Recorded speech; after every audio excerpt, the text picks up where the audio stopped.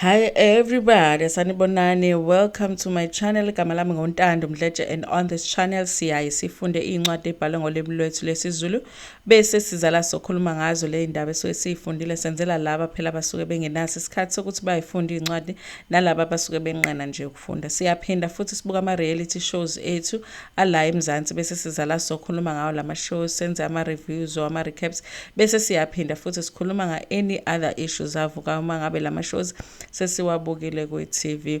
Uma ngabe ukuqala usijoyina and you really like our content, ungakhohlwa ukuthi upress u-subscribe button la ngezansi bese uyaphinda futhi upressa i-notification bell la eduze kuka-subscribe ukuze phela uthole umyalezo uma ngabe umsebenzi omusha sesiwufakile. Namhlanje I'm doing one of my favorite things to do, which is to read your comments but I'm only going to read a few comments kwi-video ye Isencane Lengane, the review, because kunezinto ezithile that I want to talk about. Anyway, you guys, I really appreciate my comments, and a lot of my video ideas come from my views and my thoughts, and so you can go crazy in the comment section. I appreciate it. But anyway, you guys, after I had done a review yo Isencane Lengane, as you all know, and I think a lot of you already know, even from last season, Ubaba Tando, I don't really like him. In my opinion, I really feel like he is an opportunist. But it's not all of us that are going to feel that way. And I think one of my viewers, Wendy Ngobese, is one of those people that feel like we shouldn't be blaming Ubaba Tando. But this was her comment. She says, stop blaming Ubaba Tando about not finding out ngama results ka Tando. Remember kwi last episode Ubaba Tando kwakumele ahlangane no Tando, but she didn't show up. Wagcina ngokuspotwa emotweni emhlophe. If efonela uMakathando, indoda kaMakathando le emumuthisile izothini yena? The fact is uMakathando uyamzonda ubaba kaThando. I don't believe ukuthi ubaba kaThando called efuna imali kuMakathando. Kuqhutshwa inzondo nje lana. That's what you see. Okay, I appreciate your view, Wendy Ngobese. But I did want to mention something, you guys. Number one, my issue with Baba Tando is the fact that he's always going to show up maksuke kunama cameras. And yes, last season he did try to call Tando and he didn't get hold of her. But the reason he couldn't get hold of her is because Thando at the time, they did not want to film the show anymore. They did not want to film any scenes. And worst of all, they did not want to film any scenes with him. But that did not mean they don't want to see, Thando doesn't want to see her father. Babengafuna ukushootha ishow. Remember, I even did that video, almost begging them, they must show up for scenes because this is a way for them to make money. So babengafuna ukushootha ishow no Baba Tando. That's why bengawa-answera ngama calls that time. They knew the cameras were there. They knew they were expected to be there to shoot a scene with him, and they did not want to see it. And remember, the scene before that one, Ubaba Tando had shot with Usiyacela. How did that scene go? It was explosive, explosive. Not exploitive. Yes, it was bebefisa ngisho ukushayana the way le scene being akhona. So it was understandable that abafuni ukushutha naye at that time, and they were going through something in their relationship as well, and besisola ukuthi Usiyacela is being controlling to Thando, akafuna ukuthi a show up for ama scenes. Leyo nto leyo had everything to do with the show, but it had nothing to do with him as a father just building a relationship with ingane yakhe. When the show wrapped up last year, he should have approached ingane yakhe.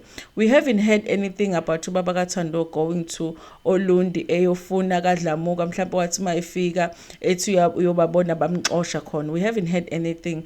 Even uThando herself said kubaba wakhe ukuthi kunini ngafika la eThekwini kodwa awukazi uzuzu. There was the first thing I expected ukuthi njengoba sengihlala la eThekwini sengiseduze uzongibona but awukazi uzongibona. Akakuphiki lokho Baba Tando, meaning that he's very much aware that he hasn't done it.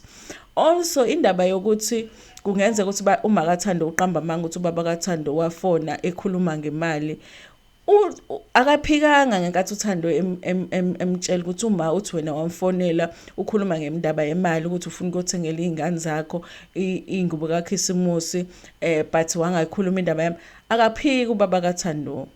I mean, if you are accused of something like that, you would say, no, I did not do that. I never called your mother. I never spoke to your mother about indaba yemali mina. Ubezophika.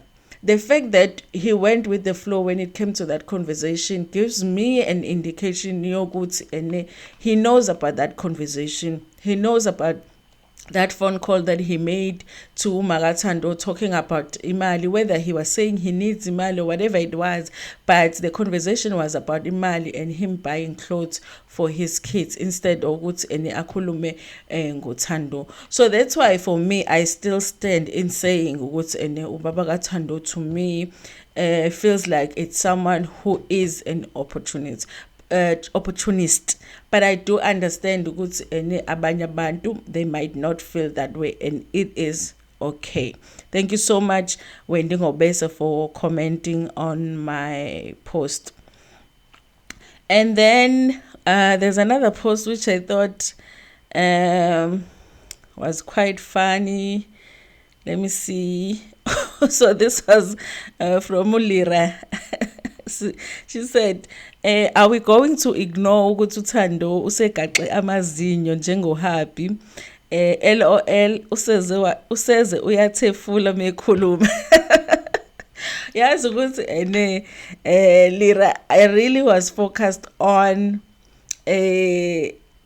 how bengi excited about impilo zabo ukuthi benzani bakuphi ama relationships abo between the two of them and with their parents, that ngibonile indaba yamazinyo but it didn't click as something important at the time, but mase ngifunda i-comment yakho I thought it was really funny, and ivele mowabuka ama-scenes kaThando usekhuluma ngathi uyathi guys angiunderstand indaba yokugaxa amazinyo mhlawumbe ngigugile.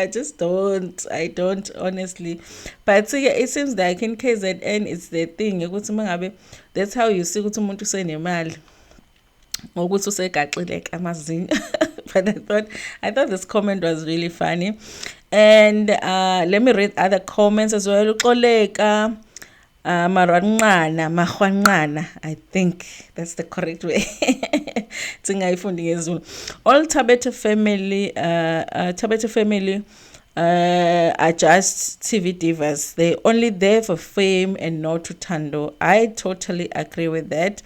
And then Unanaz Mkize uthi sisi, happy to have you back. Ngithe uma ngizwa indaba yama results kaThando, I just thought of you. I was so disappointed. I think the whole of the whole of South Africa was disappointed. Shame. I sijablisanga leyo at all. And then Upel Mat uthi I feel the same way.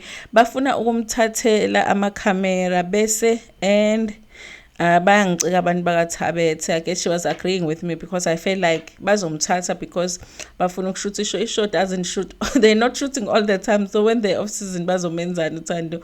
That is just how I feel.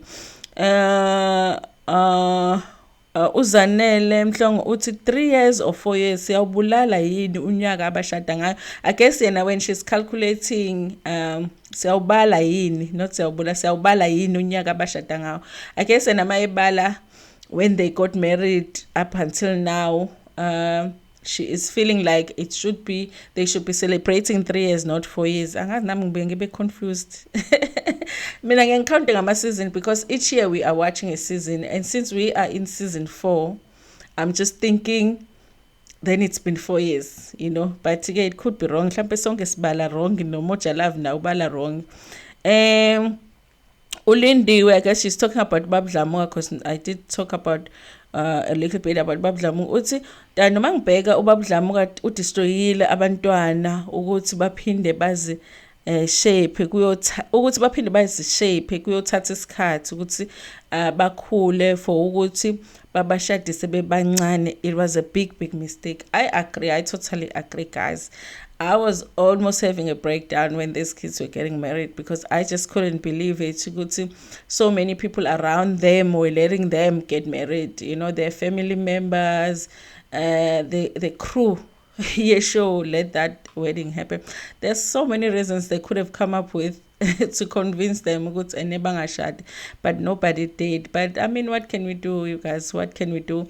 We just had to watch it. Now it's like sibuka isitimela sihamba siyasibona ukuthi nanke umgodi siyophoseka lapha emgodini, but we can't do anything about it. We just have to watch it. Anyway, you guys, thank you so much for your comments, guys. I do appreciate your comments. If it was up to me, I would just sit and read comments after comments after comments, you guys. But anyway, the video will be too long. Thank you so much for watching this video. Please like it before niphuma kuyona and share it with your friends, with your family, and even with strangers. Nginithanda kakhulu.